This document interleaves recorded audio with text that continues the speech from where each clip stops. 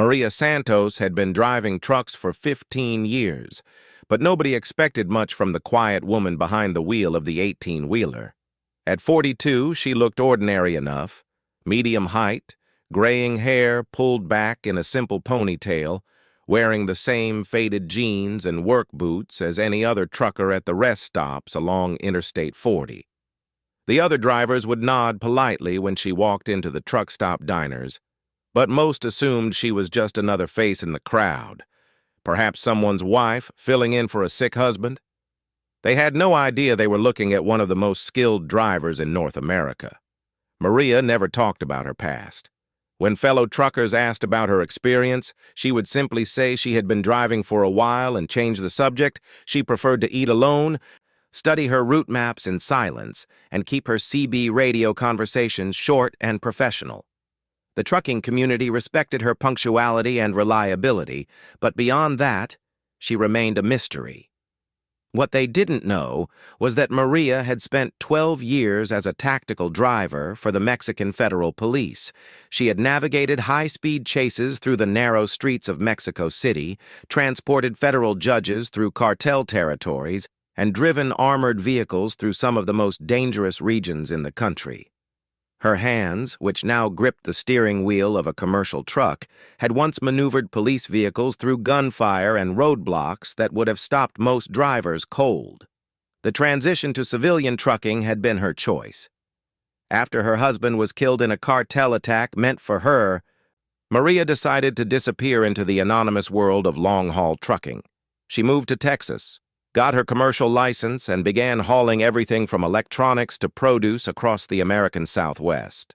The steady rhythm of highway driving helped heal wounds that desk work never could. On this particular Tuesday morning in September, Maria was 3 days into a cross-country run from Los Angeles to Miami. Her trailer was loaded with electronics bound for retailers across the Southeast, a routine cargo run that should have been completely unremarkable. She had stopped for fuel and a quick breakfast at a truck stop outside Amarillo, Texas, planning to make good time across the long stretch of highway ahead. As she performed her routine pre-trip inspection, checking tire pressure and securing loose cargo straps, Maria noticed a black sedan parked at the far end of the truck stop parking lot. 2 men sat inside, and while they appeared to be reading newspapers, something about their posture and positioning triggered instincts she thought she had left behind in Mexico. The car was positioned with a clear view of the fuel pumps and the truck parking area, and neither man had entered the store or restaurant despite sitting there for over an hour. Maria finished her inspection without showing any sign that she had noticed the surveillance. She climbed into her cab, adjusted her mirrors, and began the familiar routine of starting her journey. As she pulled onto the interstate on-ramp, she watched the black sedan fall into traffic several cars behind her. Professional surveillance teams knew how to maintain distance and use other vehicles as cover. But Maria had been trained to spot these techniques. For the next 50 miles, the sedan maintained its position. Sometimes it would fall back and let other vehicles pass. Sometimes it would move to a different lane, but it never completely disappeared from her mirrors. Maria felt the familiar tightness in her chest that came with knowing she was being hunted, a feeling she had hoped never to experience again. She began to consider her options. Her truck was loaded heavy, which would limit her maneuverability, but also made it a formidable weapon if properly handled. The highway ahead stretched for hundreds of miles through sparsely populated areas, with few opportunities for help if things went wrong. Her cell phone showed weak signal strength, and she knew that calling for help might only put innocent law enforcement officers in danger. As the morning wore on, more vehicles joined what Maria now recognized as a coordinated pursuit. A white pickup truck appeared from a side road and took position ahead of her, maintaining a speed that kept her boxed in behind a slower-moving car. A motorcycle with 2 riders emerged from behind an overpass and began weaving through traffic, always keeping her truck in sight. These weren't random travelers. They were positioning themselves for something. Maria's mind raced through possibilities. Had someone from her past finally tracked her down? Was this related to one of the cases she had worked on as a federal police driver? Or had she stumbled into something entirely new? The cargo in her trailer was legitimate. She had the bills of lading and shipping documents to prove it. But electronics were valuable enough to attract organized theft rings. The pursuing vehicles were professional in their approach, which ruled out amateur hijackers. They maintained proper following distances, used turn signals, and generally looked like normal traffic to any casual observer. But Maria could see the subtle signs of coordination. The way they adjusted their positions when she changed lanes, how they communicated through brief horn signals, and the way they maintained a perimeter around her truck without appearing threatening. As she crested a hill and saw the long valley stretching ahead, Maria realized that her pursuers had been herding her toward this isolated section of highway.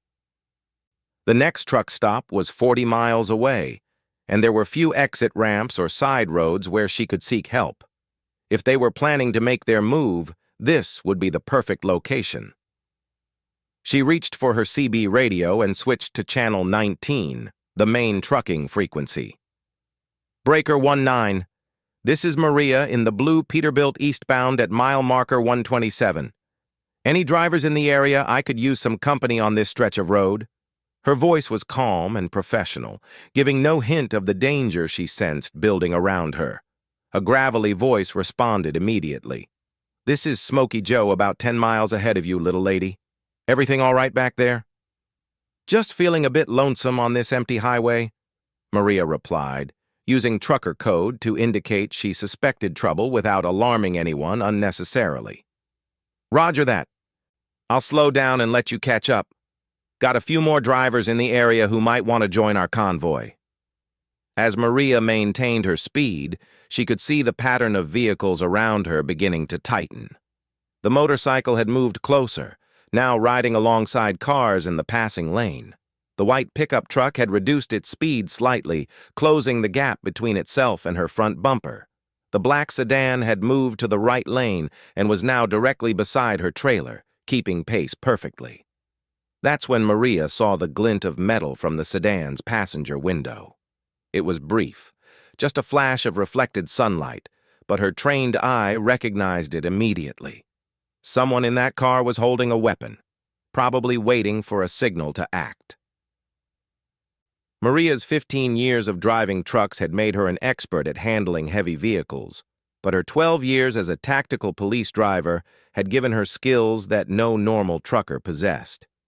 She knew how to use a vehicle's weight and momentum as weapons, how to perform high-speed maneuvers that seemed impossible in a large truck, and how to think several moves ahead in a dangerous situation.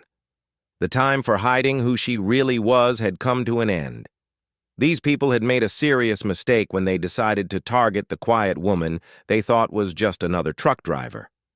They were about to learn that Maria Santos was much more than she appeared to be, and that the weapon they should have been worried about wasn't hidden in her cargo. It was sitting behind the steering wheel. Maria's hands tightened on the steering wheel as she made her decision. Years of tactical training flooded back into her mind, and she began to assess her situation like the professional she had once been.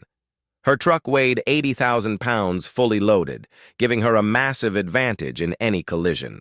The highway ahead curved through a series of rolling hills, providing opportunities to break line of sight and force her pursuers to commit to aggressive actions that would expose their intentions.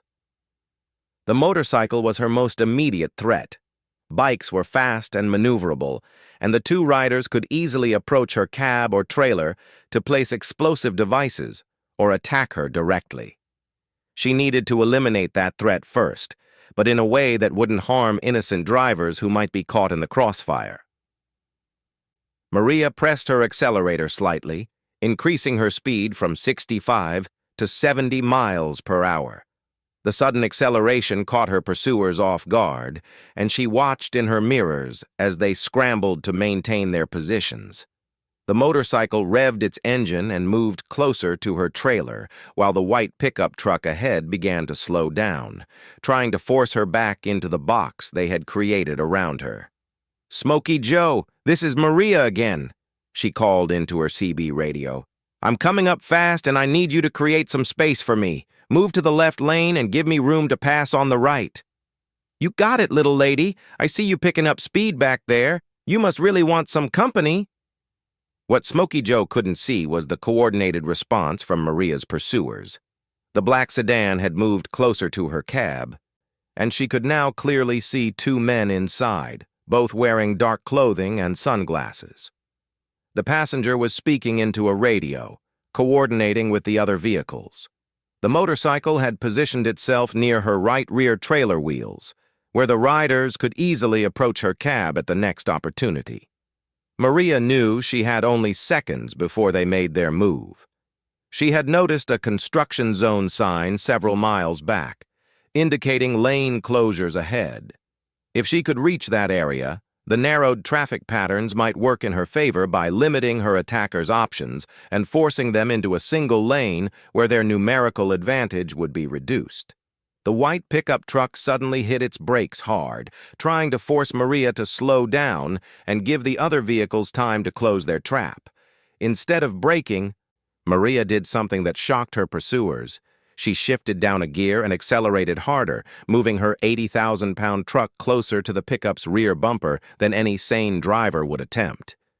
The pickup driver, realizing that the massive truck behind him wasn't going to stop, panicked and swerved into the left lane to avoid being crushed.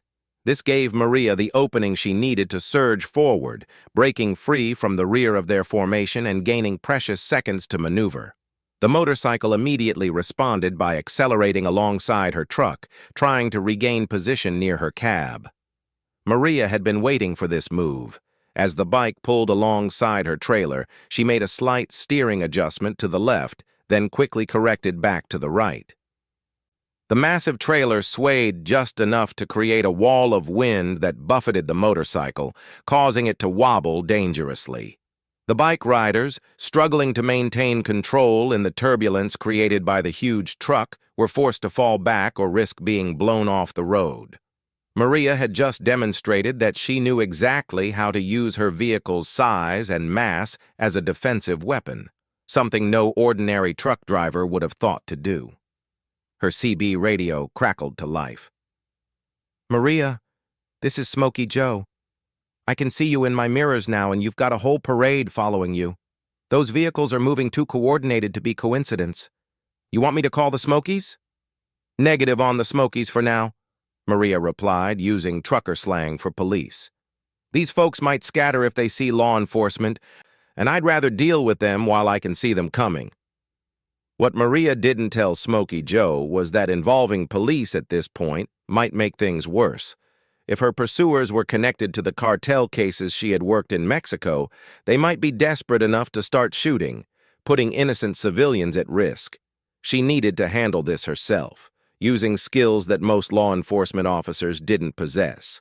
The construction zone appeared ahead, marked by orange barrels and signs indicating that traffic would be reduced to a single lane for the next 5 miles.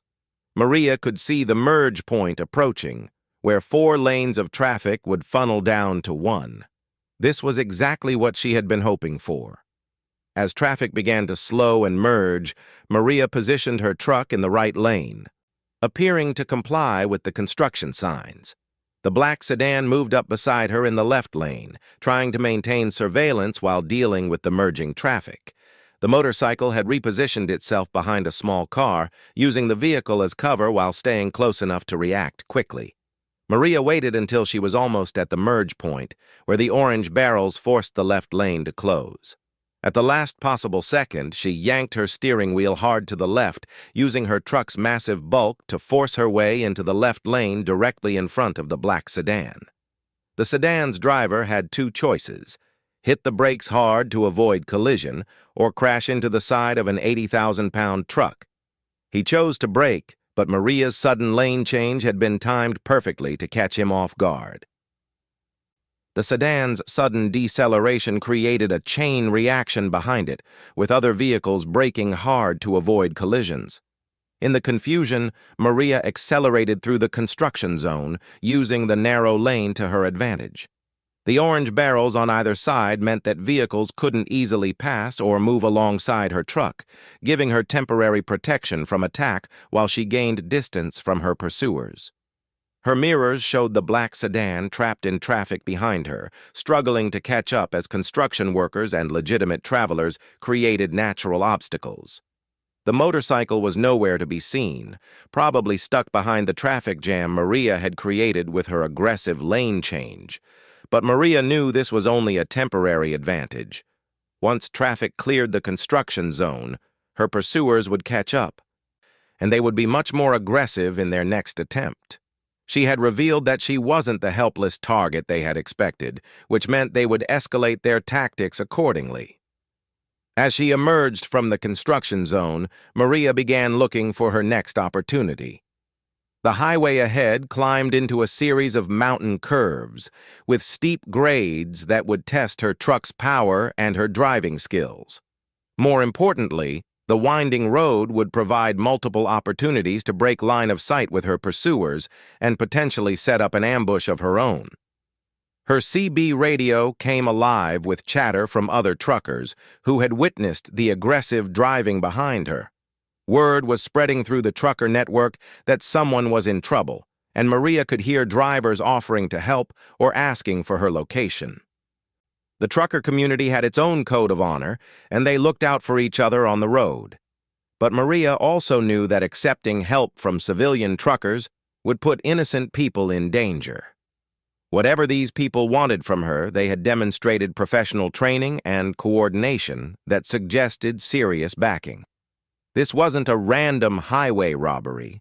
It was a targeted operation, and she was the target. As her truck began climbing the first of the mountain grades, Maria saw the white pickup truck appear in her mirrors again, this time approaching much more aggressively. Behind it, the black sedan was visible, and she could make out at least one other vehicle that hadn't been part of the original surveillance team. They were calling in reinforcements, which meant the situation was about to become much more dangerous. Maria downshifted to maintain power as her truck climbed the steep grade. The pursuing vehicles had caught up during the climb, as cars and lighter trucks could maintain higher speeds on hills than heavy commercial vehicles.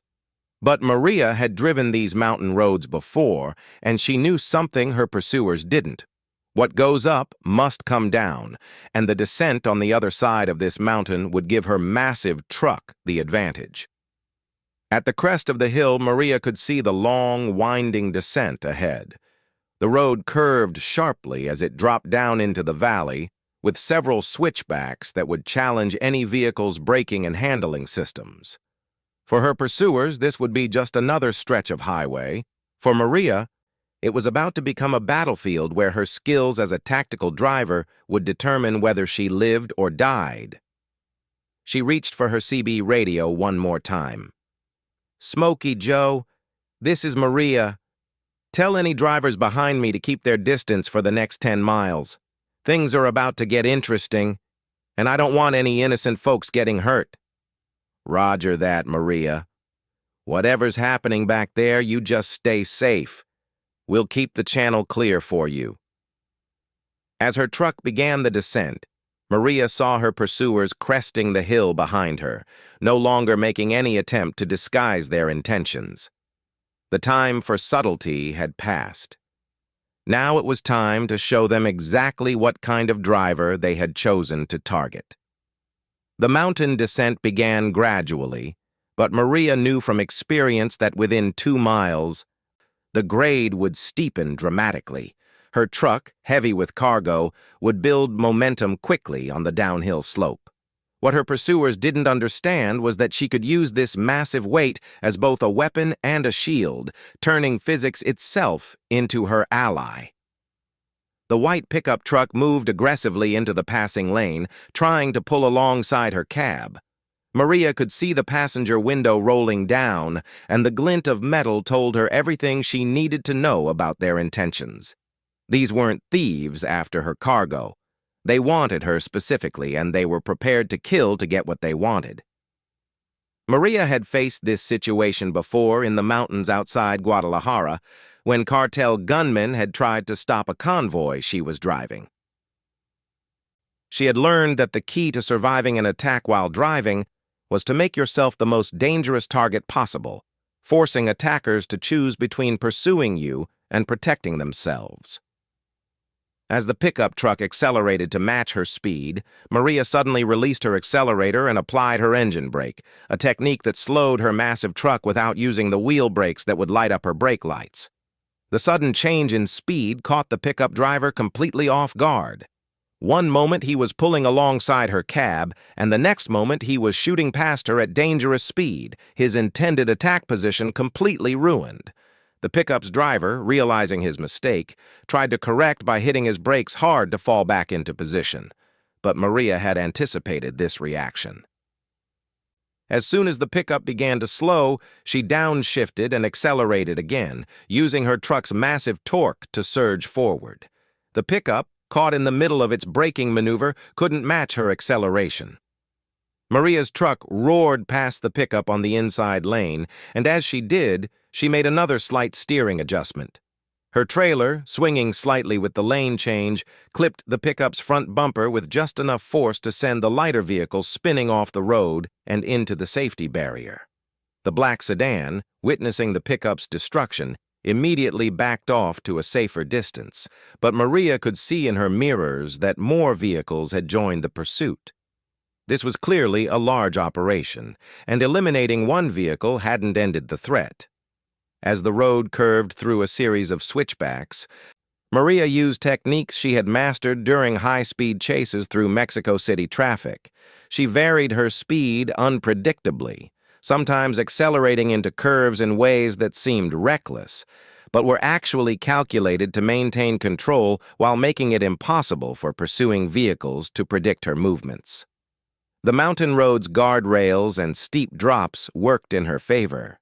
Smaller vehicles trying to pass her on the narrow road were forced to commit to dangerous positions where they couldn't easily retreat. Maria used this to her advantage, timing her movements to force her pursuers into vulnerable positions where they had to choose between giving up their attack or risking their own lives. Her CB radio crackled with urgent transmissions from truckers who had heard about the situation.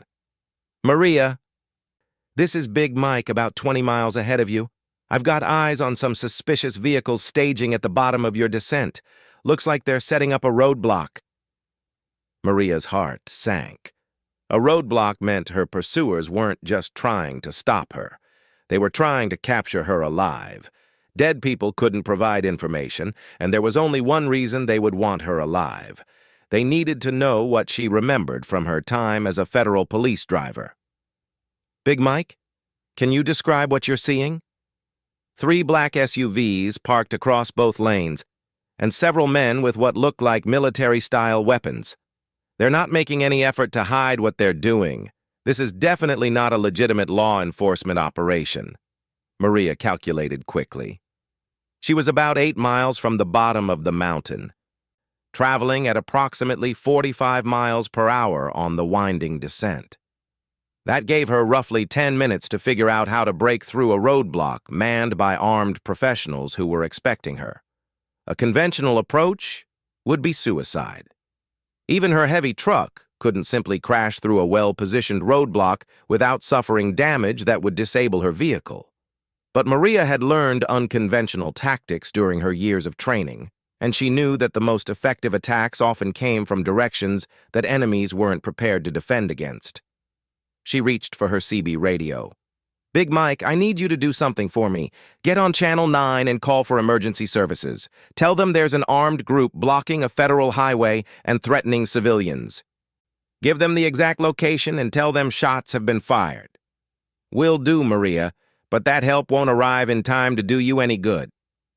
"I'm not planning to wait for help," Maria replied. As her truck continued down the mountain, Maria began preparations for what she knew would be the most dangerous maneuver of her life. She had learned in tactical driving school that roadblocks were most effective when vehicles approached them predictably, giving defenders time to aim and coordinate their response. The key to breaking through was to arrive faster than expected and from an angle that disrupted their defensive positions.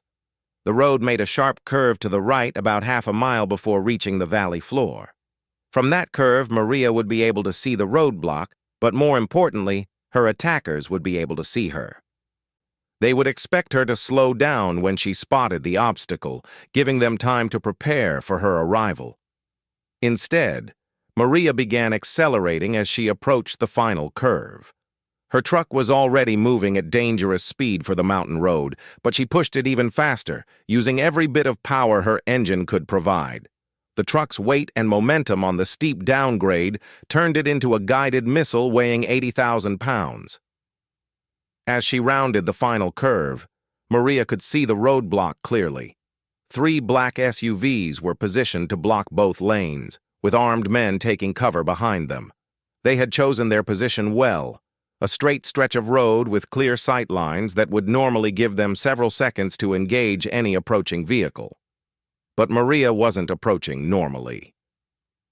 Her truck was moving at nearly 70 miles per hour as she crested the final hill before the roadblock, far faster than the ambushers had expected. She could see them scrambling to adjust their positions as they realized the massive truck bearing down on them wasn't going to stop.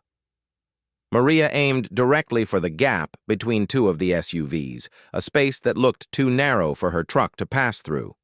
At the last second, she yanked her steering wheel hard to the right, using a technique called a pit maneuver that she had learned for disabling vehicles during pursuits.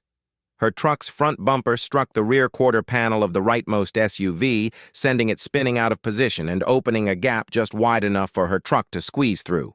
The impact barely slowed her massive vehicle, but it completely disrupted the roadblock formation. Gunfire erupted around her as she burst through the roadblock, but the attackers had been caught so off guard by her speed and tactics that their shots were poorly aimed. Her truck's cab was armored with steel plates that she had installed years earlier, protection that now proved invaluable as bullets struck her vehicle without penetrating. As she roared away from the roadblock, Maria could see in her mirrors that several attackers were running back to their remaining vehicles, preparing to continue the pursuit. But she had gained precious time and distance, and more importantly, she had shattered their carefully planned operation. Her CB radio exploded with chatter as truckers throughout the region began coordinating to help her. "Maria, this is Smokey Joe. I'm 10 miles ahead of you with 5 other drivers. We're setting up our own roadblock to give you protection." "Negative, Joe. These people have military weapons. I won't put you in danger." "Too late for that, little lady. The trucking community takes care of its own, and you're one of us now." As Maria's truck reached the valley floor and began climbing toward the next mountain pass, she realized that her identity as just another truck driver was forever changed. The trucker network now knew that she was someone special, someone worth protecting and fighting for. Behind her, the sound of sirens announced the arrival of federal law enforcement responding to Big Mike's emergency call. Her attackers would have to choose between continuing their pursuit and avoiding capture by the authorities. Over the next hour, as Maria's truck climbed into the mountains, the pursuit gradually faded away. Her attackers had melted back into the civilian traffic, unwilling to risk exposure to law enforcement agencies that would ask uncomfortable questions about their weapons and tactics. When Maria finally pulled into a truck stop in Colorado, she was surrounded by dozens of truckers who had heard about the chase on their CB radios. They didn't ask questions about who she really was or why someone had wanted to kill her. In the trucking community, everyone had secrets, and everyone deserved protection. But word spread quickly through the network about the quiet woman driver who had fought off a coordinated attack using skills that no ordinary trucker possessed. Maria Santos had tried to disappear into the anonymous world of long-haul trucking, but her past had caught up with her in the most dramatic way possible. From that day forward, she was no longer just another face in the truck stop diners. She was the driver who had turned her truck into a weapon and survived an attack that would have destroyed anyone else. The trucking community had gained a legend, and Maria had learned that sometimes the best way to hide who you really are is to show the world exactly what you're capable of when pushed too far. The people who had hunted her learned too late that they had made a fatal error in judgment. They had seen only a truck driver, but Maria Santos had shown them the weapon she truly was. Not her truck, but her own indomitable will and deadly skills behind the wheel.